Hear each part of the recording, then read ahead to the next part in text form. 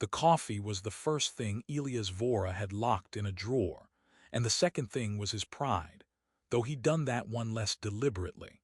The drawer was a standard-issue specimen cabinet in Lab 7 of the Crestfall Interspecies Research Station, retrofitted with a combination lock he'd installed himself after the incident, which was what he called the Tuesday 3 months ago when someone had used his last 2 pouches of Sumatra blend to run a chemistry calibration, because apparently the compound profile was close enough to the Harveth root extract that the distinction felt academic to whoever made that call.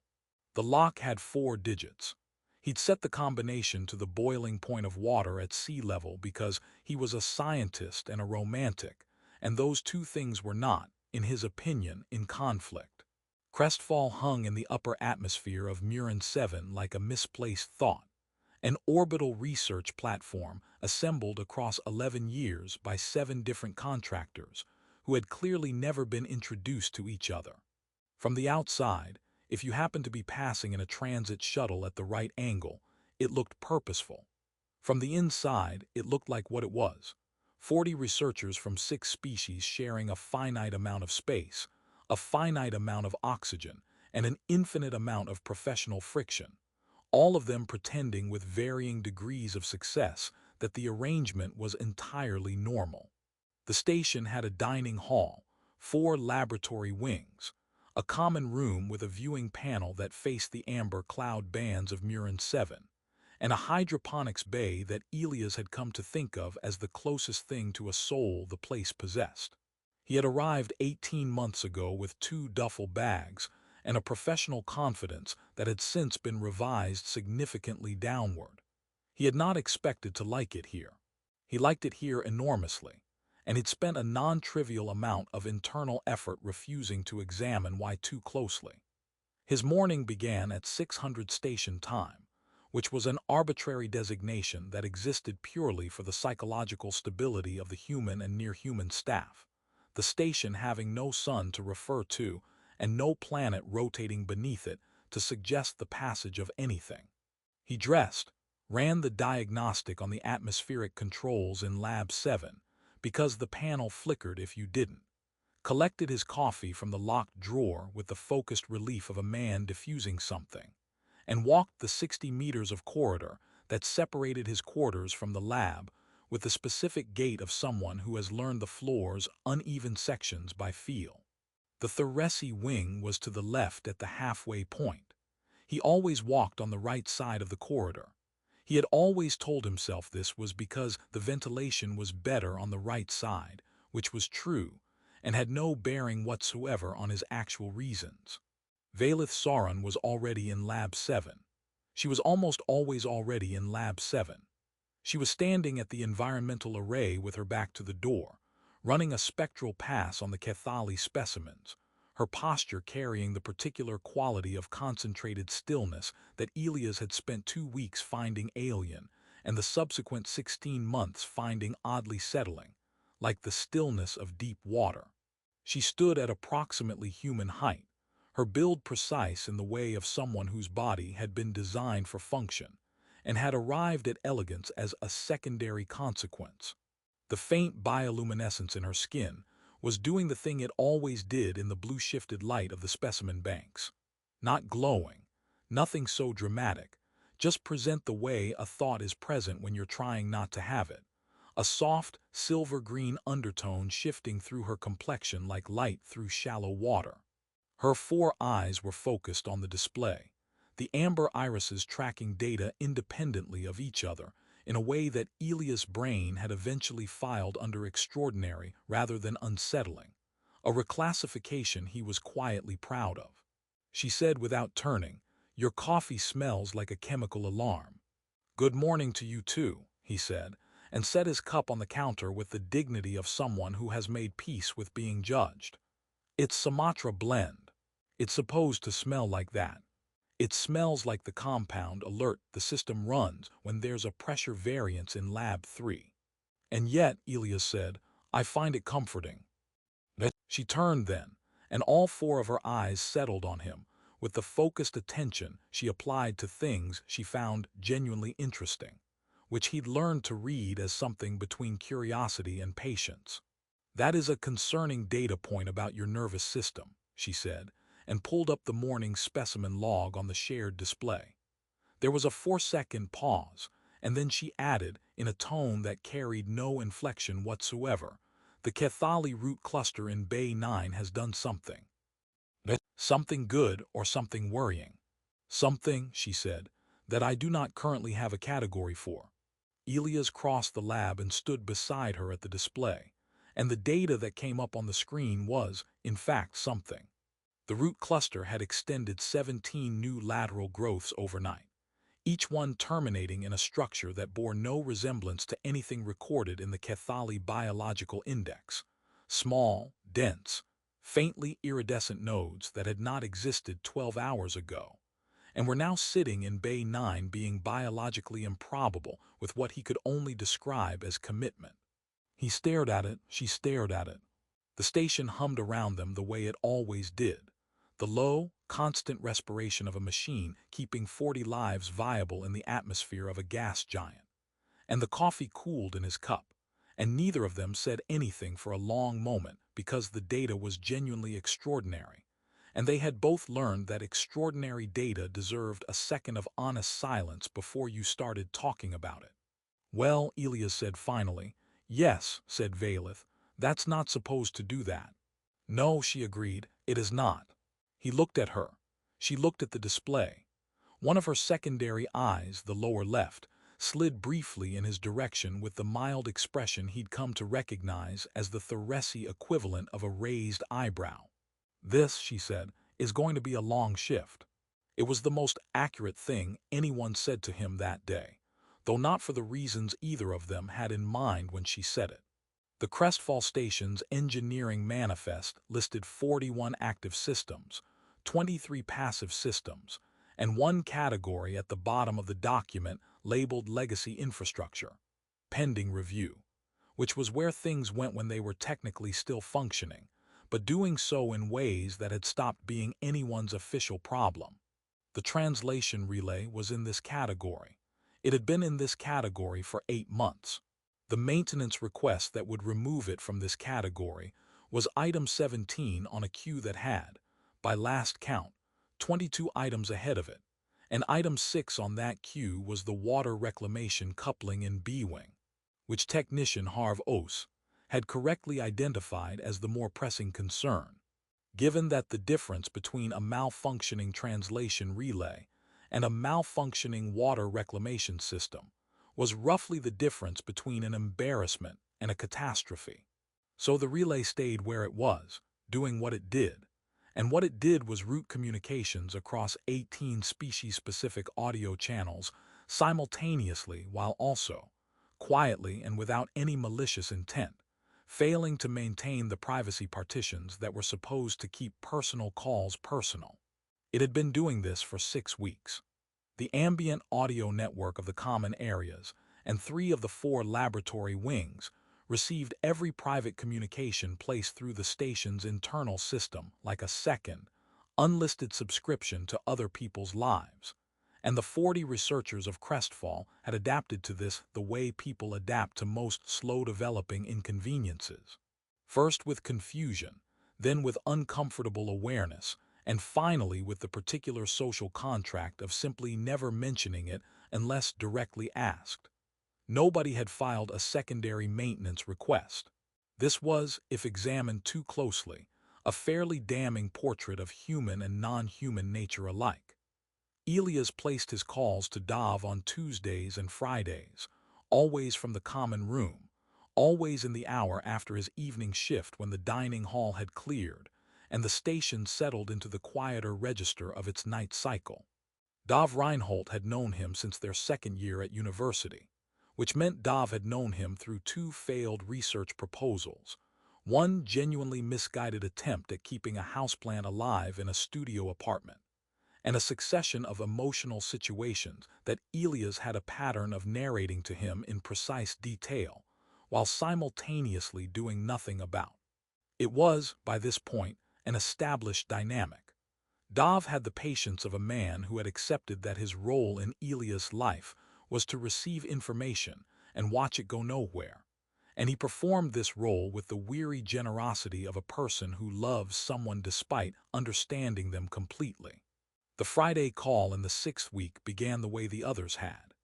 Elias poured coffee into the good cup, the one without the hairline crack he kept meaning to dispose of, and never did, settled into the chair nearest the viewing panel where Murin's 7 amber cloud bands moved in their slow, enormous weather systems far below, and opened the line. Dav appeared on the screen looking the way he always looked on Friday evenings, tired in the particular way of someone who has completed a week of work and not yet had time to become a different kind of tired. He said hello. Elias said hello. There were approximately 90 seconds of the usual preliminary conversation, the kind that exists to confirm that both parties are present and functioning before anything real is said. Then Elias said, without particularly planning to, that he thought he was in love with Vaelith. He said it the way you say things in private when you have been carrying them too long, and the weight has quietly become the most noticeable thing about you. He said it loosely, without the architecture of a prepared statement, the words arriving in the order they felt rather than the order a reasonable person would select if they were thinking about what they were doing. He said she was the most interesting person he had encountered in 37 years of encountering people. He said that somewhere between the 4th and 7th month on the station, the quality of his mornings had become contingent on a single variable that he had spent a significant amount of energy not naming. He said he wished she were his spouse with the ease of a man who believes absolutely that the room he is sitting in is empty, which is the only condition under which a person like Elias Vora says something that true that directly. Dav was quiet for a moment. On the screen, his expression moved through a small sequence of emotions. Recognition, the kind that comes from seeing a pattern confirm itself, and then something that might generously be called sympathy and less generously be called the look of a man who had seen this exact scenario approaching from a considerable distance. He said, carefully, that this seemed significant. Elias said it was not significant because nothing was going to come of it, which was a position he delivered with the total confidence of a person who has decided to treat a self-imposed obstacle as a law of physics. The professional complications were real. The cultural distance was real. The practical logistics of whatever it would even mean to pursue something across that much difference were real. He had done the accounting, he said. The accounting did not work out. Right, said Dav, in the tone he used when he disagreed with everything and had calculated that saying so would accomplish nothing. In the common room, the ambient audio network carried Elias' voice through the same speakers that announced meal times and atmospheric alerts, at a volume that was not loud, but was entirely audible to anyone within 15 meters who happened to be paying attention. The room was not empty. It was, in fact, occupied by 2 Vasari researchers who had been playing a strategy game in the corner, and who had both gone very still approximately 4 sentences into Elias' accounting of his feelings, with the careful immobility of people who understand that moving might somehow make the situation worse. They did not look at each other. They did not look at the speaker panel. They looked at their game with the focused sincerity of 2 beings absolutely engrossed in their strategy and not listening to anything. Elsewhere in the station, in Lab 7, the atmospheric controls ran their standard evening cycle, and the specimen banks hummed their slow, refrigerated hum, and the Cathali root cluster in Bay 9 continued doing whatever it had decided to do with its new structures, indifferent and luminous, and asking nothing of anyone.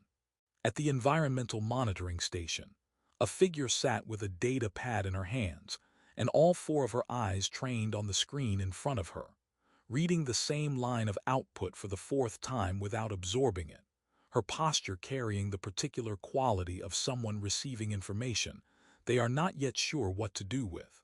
The bioluminescence in her skin had shifted barely. She set the data pad down, looked at the specimen readouts for a moment, and then looked at nothing in particular in the middle distance for a while, in the way of someone doing a kind of internal accounting of their own, arriving at a figure, and deciding what to do about it.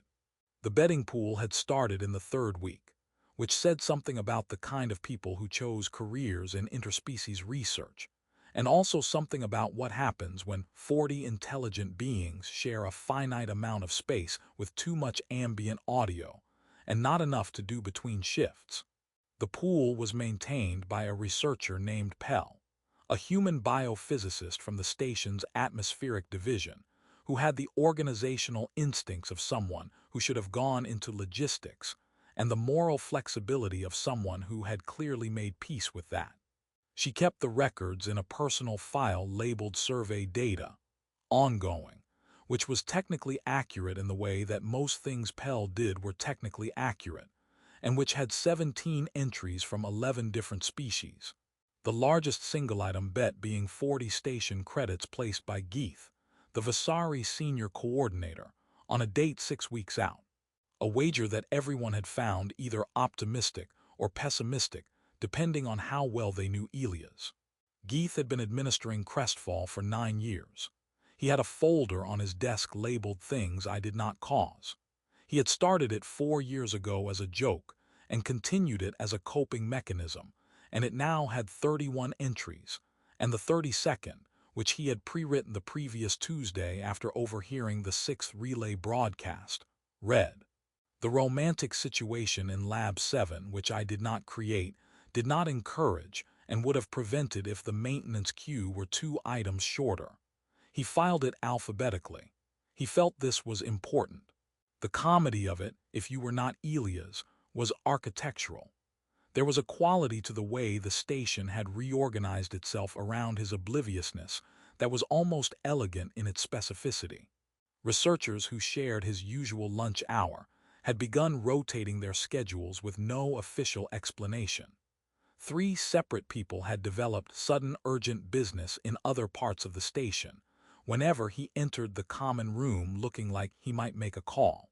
A Cathali biologist named S. Sovereign, who had the most expressive facial membranes on the station and the least control over them, had taken to wearing what appeared to be a sleep mask in the common area during the evenings, which she claimed was for light sensitivity, and which nobody questioned out loud because the alternative was a conversation nobody wanted to have. The social contract held.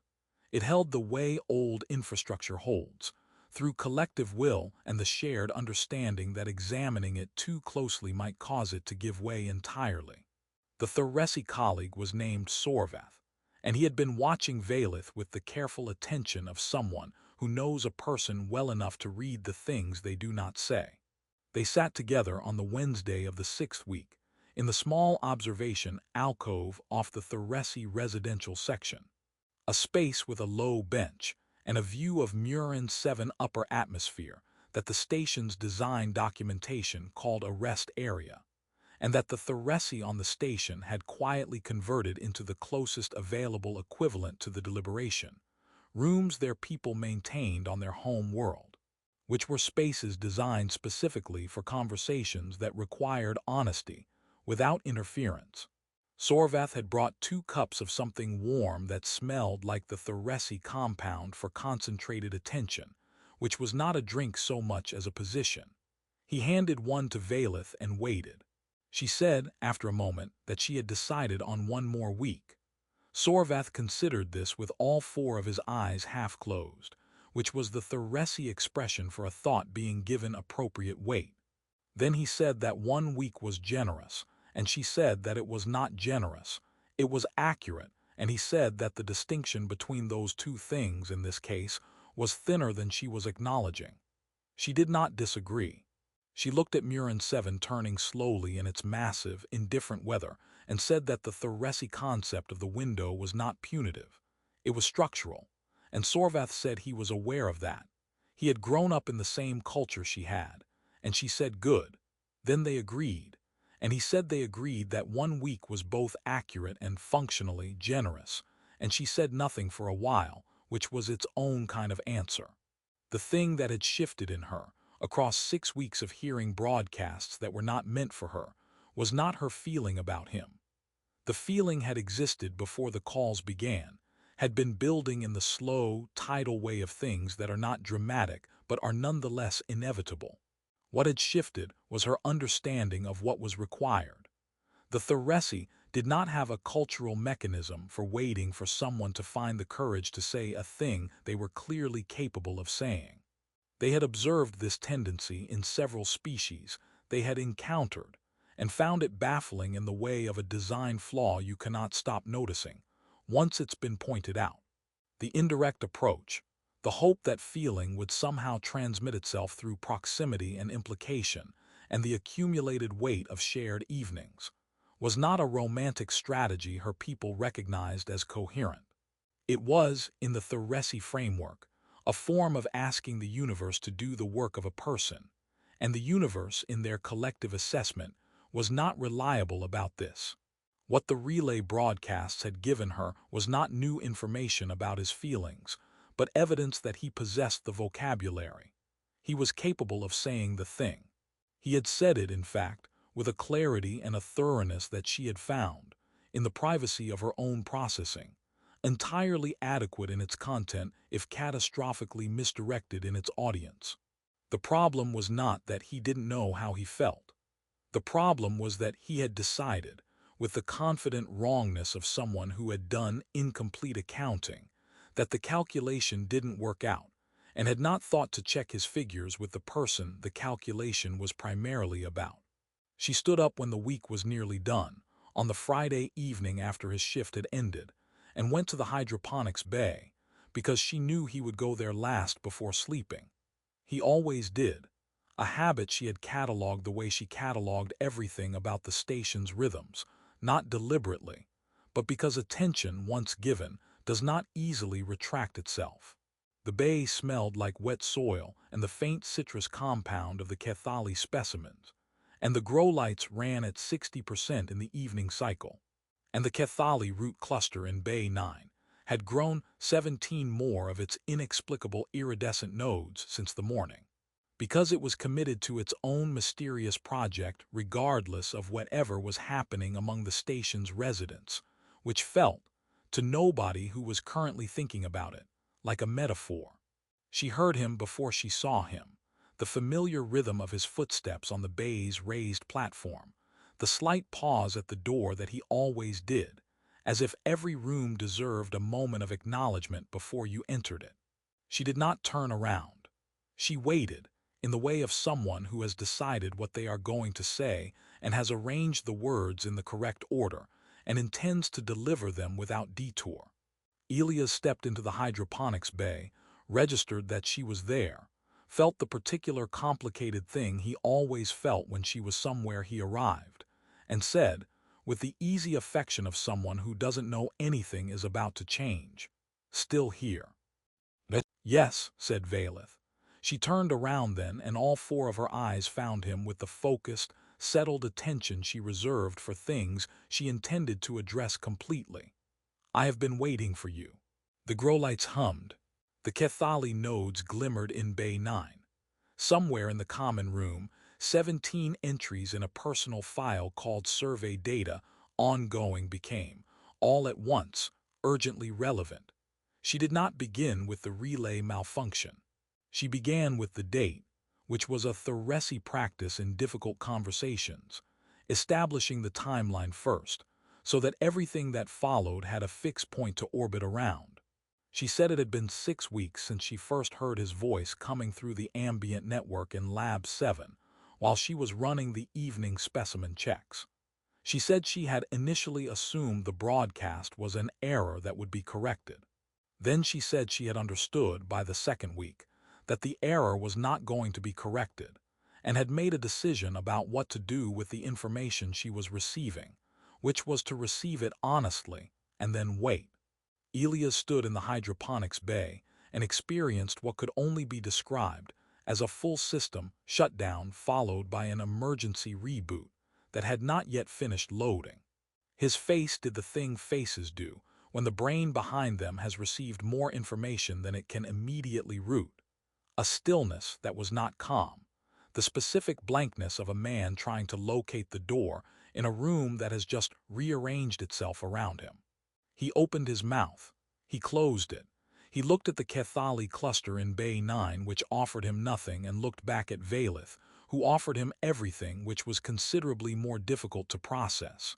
He said, "The relay." "Yes," she said. "The maintenance request," he said. "Item 17. I am not familiar with the Q position," she said, "but I am familiar with the malfunction." There was a pause in which Elias privately lived through approximately 4 seconds of his own personal history, and found most of it newly illuminated in ways that were not comfortable. Every call, every Tuesday and Friday in the common room with his good cup and his careful accounting of feelings he had believed, were sealed in a private channel to a man 5 light-years away. He thought about the 2 Vasari researchers who had recently developed the habit of leaving rooms at a pace that he had attributed to schedule conflicts. He thought about Sovereign's sleep mask. He thought about Geeth, who had given him a look last Thursday in the corridor that he now understood had not been administrative concern, but something else entirely, something closer to the expression of a man watching a structural problem he has already pre-filed the documentation for. "How many people?" he said, not quite finishing the question. "Enough," said Vaelith, with the Tharessi precision that did not soften things but was not cruel about it either. "That Pell has a spreadsheet." The sound Elias made was not a word. It was the sound of a man absorbing a spreadsheet. Vaelith waited for this to complete, in the way she waited for things, with the unhurried patience of someone who has done the internal work in advance, and is now simply present for whatever follows. When he looked at her again, she continued. She told him that the content of his calls had been, in her assessment, accurate in its description of what existed between them. She told him that his conclusions, specifically the part where he decided the calculation didn't work and filed it away, had been reached without consulting one of the 2 primary variables in the equation, which was a methodological error she would have flagged in any research context without hesitation. She used the word wish, and she used it the way you use a word when you want it to carry its full meaning without embellishment, and the full meaning arrived. "A wish," she said, "is what my people call the thing you say when you want something and have chosen not to pursue it. It is not a neutral position. It is a decision. You decided on behalf of both of us that nothing would happen, and then you reported this decision to someone who could not change it, rather than to the person who could." Elias looked at her for a long moment. Something in him was in the process of shifting, the particular movement of a fixed belief encountering the fact of its own incorrectness, which is never comfortable and is sometimes necessary and occasionally arrives in a hydroponics bay at the end of a Friday shift, surrounded by bioluminescent plant nodes that have no business existing. He said quietly that he had thought the complications were real. She said they were real. He said he had thought the distance between their frameworks was too large. She said it was significant. He said he hadn't wanted to presume. She said, with a patience that was finally carrying the faintest edge of something that had been waiting a long time to be said, that presuming was not the concern. The concern was the opposite.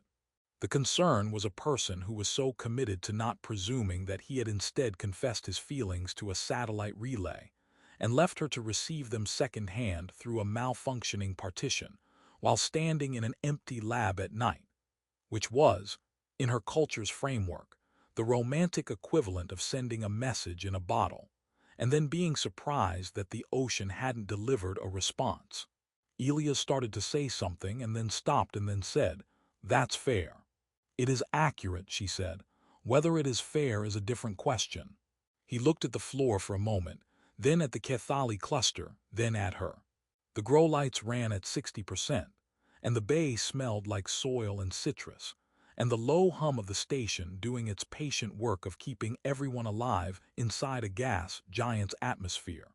And Elias Vora stood in the middle of it and understood, with a clarity that had been arriving slowly for 18 months and had now completed its journey, that the accounting he had done had been wrong not because the numbers were wrong, but because he had been afraid to show his work. That was the thing. He had been afraid of the refusal, had dressed the fear in the language of ethics and logistics and cultural complexity, had built a very convincing structure around the simple fact that he was a person who found rejection hard, and had decided that not asking was cleaner than asking and hearing no. What he had not calculated, because he had not allowed himself to, was the cost of the alternative. He knew what a Tharessi formal declaration required. It was not widely documented in the general xenosocial literature, but he was a researcher who had spent 18 months in close professional proximity to two Tharessi colleagues, and he had the kind of mind that retained things it found significant, and he had apparently found this particular piece of cultural information significant enough to have learned it thoroughly at some point, without asking himself too carefully why. The declaration required directness. It required the understanding that refusal was a legitimate outcome, and that the asking did not obligate the answer. It required that the person making it had no expectation of result other than honesty, and that they were making the request because the other person deserved to be asked rather than managed around. He took a breath that was slightly longer than his usual breaths. "Vaelith," he said, and something in the way he said it was different from all the previous times he had said her name, which were many, in many registers, professional and casual and careful and warm. But not this one, not with this particular quality of a person standing fully in what they are saying instead of slightly to the side of it. "I would like to ask if you would consider a formal spousal arrangement. I am asking because I want to, not because I expect a particular answer, and because you are the only person in this station, on this planet, or in my general orbit whose opinion on the matter is the one I actually care about. I should have said this to you directly instead of to a satellite relay. I'm saying it now." The grow lights hummed. The Cathali nodes caught the light in Bay 9 and held it, iridescent and patient and entirely indifferent to the humans and near-humans conducting their improbable emotional business among the specimens. Vaelith looked at him with all four of her eyes for a moment that was long enough to mean something and short enough to not be cruel, and the bioluminescence in her skin moved through its warmer range, the silver-green shifting toward something closer to gold, which was a thing it did sometimes, in conditions he had spent 18 months cataloging and had finally, tonight, correctly labeled. "That," she said, "is a proper request. In the common room, 17 entries in a personal file called Survey Data, ongoing updated simultaneously in Pell's reckoning, and Geeth opened the folder on his desk labeled Things I Did Not Cause, looked at entry 32 for a long moment, and then, with the methodical satisfaction of someone closing a case that had never technically been his, deleted it.